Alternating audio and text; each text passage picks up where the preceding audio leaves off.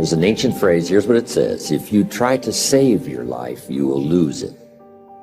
But if you will lose your life, meaning if you will invest your life, that's the best way to save it and to multiply it many times over.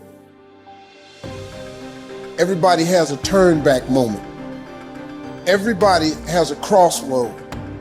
You can either decide to continue or to quit, to go forward or to go back. I will my way to the top. Some of you got that same fight in you, but you fight people. You still cussing folk out. You still laying hands on people. That's the easy fight. Now fight your bad habits. Fight your addictions now. Fight your laziness. Fight your procrastination. Take that energy now and fight to get a degree. Fight to start a company. Fight. High performers are obsessed about the topic in which they're trying to learn, master, grow into. And if no one thinks you're crazy, you're not yet operating to the outer limits of your potential. You're not there yet. Because somebody in your life should say, you really care about this in a crazy way. And when you get there, you know you found your thing. So looking for a way in which we can begin to give our lives some special power. Number one, commit yourself to giving your best at all times. It's a new game now. So now more than ever, it's about creating a positive atmosphere in the workplace and people that have that competitive edge, people that are hungry to make it. So you got to be hungry now. You can't just casually walk around, well, I'll get to it later on. Oh, no, this is a new day right now. Committing yourself to give your best at all times, regardless of the competition to do otherwise, or the influences of negative people that will tell you, hey, look here, don't push yourself too much. Now's the time to push yourself, to always get in the habit of giving the best that you have to share. People need to know you for one major thing first. He works. He produces. The guy's there every day. The guy's pushing and shoving. Because the truth is, no matter how good your ideas are, how good your art is, or how good your skill set is, if you're not working, man, if you're not vibrating at a frequency that people say, my God, how does that guy do all that? 10x levels, massive action, tremendous work ethic that's just a muscle now, and it's just a discipline in your life, and it's a normal way, you're not going to get in that top 10%. You bring on some powers in the universe that works through you to bring about changes that you would never ever know unless you have dedicated yourself. I believe, my new tagline is, I believe you can make a difference in your life if you have a consistent, everyday, persistent, without quit, enjoyment of the pursuit of your potential. And when I came up with it, obviously it resonated with your life. And there was a saying when I originally watched the movie, and I didn't know you at the time, and it was before that I went through my own bankruptcy, my own bottom that I hit. It was, life gives me, you could look at it as a setback, or is it a setup? And when I watched the movie, and then when I read your book, and I got to, you're a setup guy. Everything is that, this is just setting me up for something bigger and greater. I live in a world that's way too big for this. Oh, man. Can you tell me where that came from? Well, you know what? First of all, let me say this about that. It's interesting you should mention that. I, like yourself, have some core things that I believe in, and that idea that you just shared with me. People talk to me a lot of times about hope, and hope's a beautiful thing, but I have to always ask people, well, what's the nutritional value of hope, right? You're gonna tell your children we got hope for dinner, right? Again. Right? Hope's a beautiful thing, but it's always more important, baby, to have a plan. And not just a plan, but plan A. What is plan A? And the best plan A's always have something I call the C5 complex. Your plan A has got to be clear, concise, compelling, consistent, and committed. You've got to have plan A. And you have to always be mindful, and I say this in all sincerity, plan B sucks. It does. I mean, you think about some of the biggest names in their respective industries and worlds, those people were committed to plan A. I mean, I know you're a big NBA fan, as I am. Michael Jordan's got 6 NBA championship rings because he was committed to plan A, not plan B. Oprah Winfrey became the queen of all media because she was committed to plan A, not plan B.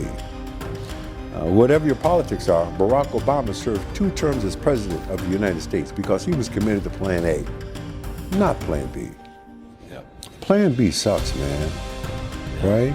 And something else you said earlier that makes me think of something that I share with people is this whole thing about owning it. I have to explain to people all around the world, why do you spell happiness with a Y? That Y is there to make us all mindful that it is you and your responsibility, you and your opportunity to create the life that you want for you and your family. That's why we spell happiness with a Y. If you really analyze your beliefs, you'll change them. I had a friend one time, I was trying to figure out where do beliefs come from. How do you, because all religion and all science will tell you, you got to believe it. William James from Harvard, 1900, he said, believe and your belief will create the fact. So belief is an interesting word, you got to believe it. And I was having lunch with a mentor one time and he said, our belief system is based upon our evaluation of something. Frequently, if we reevaluate a situation, our belief about that situation will change. It was like bells were going off my head because I was trying to understand belief. How do you change your belief? Well, he told me, it's through reevaluation. And so I started to evaluate myself and reevaluate what I was doing. It took me 9.5 years, but I figured out why I changed. And it was the repetition of information. Thank you. You're in sports, you Yep. know, it's repetition. Yep. Repetition, repetition. Well, but practice doesn't make you perfect. Perfect practice makes you perfect. There's a big difference. Great point. And so I found that the part of our mind that controls our behavior is not the part of our mind that gathers information. School deals with the part of your mind that gathers information. And so we gather all kinds of information, and if we can remember it, they give us a test, we pass the test, we get the degree, and we're educated. That's not education at all. That is gathering information. Education, as Hill pointed out, comes from the Latin educo, meaning to reduce, to develop, or to draw from within. We have genius in us. We have absolute perfection in us. And what we have to do is learn how to tap into that, to let it out. But we have a part of our mind that controls our behavior, and that's where a paradigm is. And the paradigm literally controls our behavior. I don't care what you're doing. If you're not altering the paradigm, you're not going to improve your results. Many people may or may not know, you can actually name your alarm. So my alarm, I don't put it by my bed. Why would you condition yourself to put something as important as what's going to help you get up in a place where it's easy for you to make an excuse, right? So my phone is across in another room for 2 reasons. Number 1, I have to physically get out of bed. And number 2, Amy's going to kill me if that goes off for too long. So I am sprinting to turn that thing off. And the first thing I see on the screen is my mother's name, Jan Fishman Newman. My mother passed away 11 days before my 8th birthday. So my fire, if the first thing I see is Jan Fishman Newman, you think I'm hitting that snooze button? When I'm 42 years old, my mother passed away at 38. I've been given 4 extra years, 1 day at a time. You think I'm gonna hit that snooze button? And so for me, I've conditioned myself to connect to what drives me to recognize you will not make an excuse. Man, see, I knew about mom, but I didn't know the phone piece of it. I didn't know that. And then I'll share with you, it's actually right here, same journal. Once again, it's all the environment that we set up. So one of the other things I do every morning, this is my burn journal. I write down Janet Fishman Newman legacy, uncommon amongst the uncommon. So one of the first things I do is I literally write, to me, it's not enough. This is not easy. I think people want to hit the easy button in everything that we do. We have to condition our minds. Mental toughness is not easy. People think, oh, I have mental toughness.